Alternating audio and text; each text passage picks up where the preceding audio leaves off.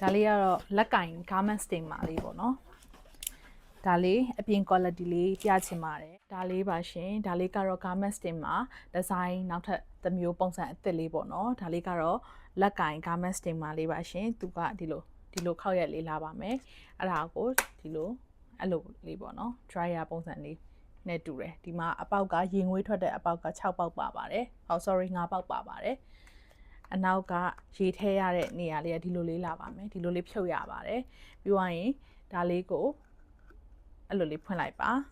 ဖွင့်လိုက်ပြီးတော့မှဆီလီကွန်လေးပေါ့နော်အဲ့ဒါလေးဖွင့်လိုက်ပြီးတော့ရေလေးချိန်ပြီးတော့ဒီလိုထည့်ရပါညီမလုပ်ပြပါမယ်နော်ဒါလေးကခလုတ်လေးခလုတ်နှိပ်လိုက်ရင်ကြတော့ तू ကတရဆက်အဲ့လိုရေငွေ့လေးနဲ့ပေါ့နော်အနောက်မှာရေထည့်ထားတယ်ခုနကပြထားတဲ့ခွက်လေးနဲ့ဒီလိုမျိုးဒါဆိုရင်မီးဘူးတိုက်တယ်လို့မျိုးအသားထိပြီးတိုက်တာပေါ့နော်ရေငွေလေးဖြန်းပြီးတော့တိုက်မယ်လို့ဒီမှာဆိုရင်ကြေနဲ့အဖြူမှာဆိုပို့ပြီးမြင်ရ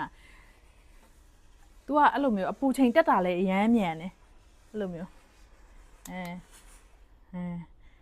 ခလုတ်ကိုဖွားဖွားလေးနှိပ်ရင်ကြတော့အဲ့လိုမျိုးရေငွေ့ကိုလိုအပ်တဲ့ချိန်မှာရေငွေ့ထုတ်တာပေါ့နော်ခလုတ်ကိုကလစ်ဆိုမြည်ရထီဆိုရင် तू ကတောက်လျှောက်ရေငွေ့တယ်အဲ့လိုလွတ်တာအဲ့လိုလေးဒီလိုလေးတိုက်လို့ရပါတယ်ပြန်သွားနော်ဒါအဖြူဖဲသားဆိုတော့ပို့ပြီးတော့တွန့်နေရဆိုပို့ပြီးတော့မြင်ရစင်ပြေတော့ကိုကခီးသွားတာတွေပါဆိုလဲအဆင်ပြေတယ်ယူဝါတဲဝါအဆင်ပြေတယ်ခါရချိတ်ထားတဲ့အင်ကြီးတွေဆိုလို့ရှိရင်လဲသွားကန်ကြီးအလွယ်ပေါ့နော်ခုံနေပါခင်းစရာမလိုအဲ့လိုမျိုးတိုက်လို့ရ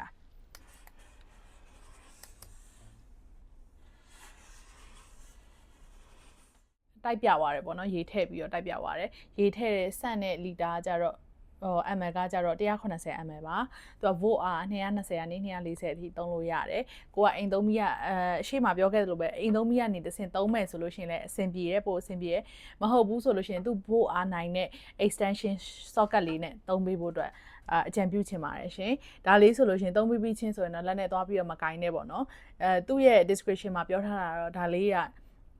အင်ကြီးသားတွေမှာအဲ့လိုကတ်တာတို့ဘာလို့အဲ့လိုမျိုးပေါ့နော်သူရဲ့မျက်နှာပြင်ကမကတ်အောင်တော့ထိမ့်သိမ့်ပေးရလို့တော့သူဖော်ပြချက်မှာတော့တွေ့ရှိရပါတယ်ရှင်ဒါလေးဈေးနှုန်းလေးကို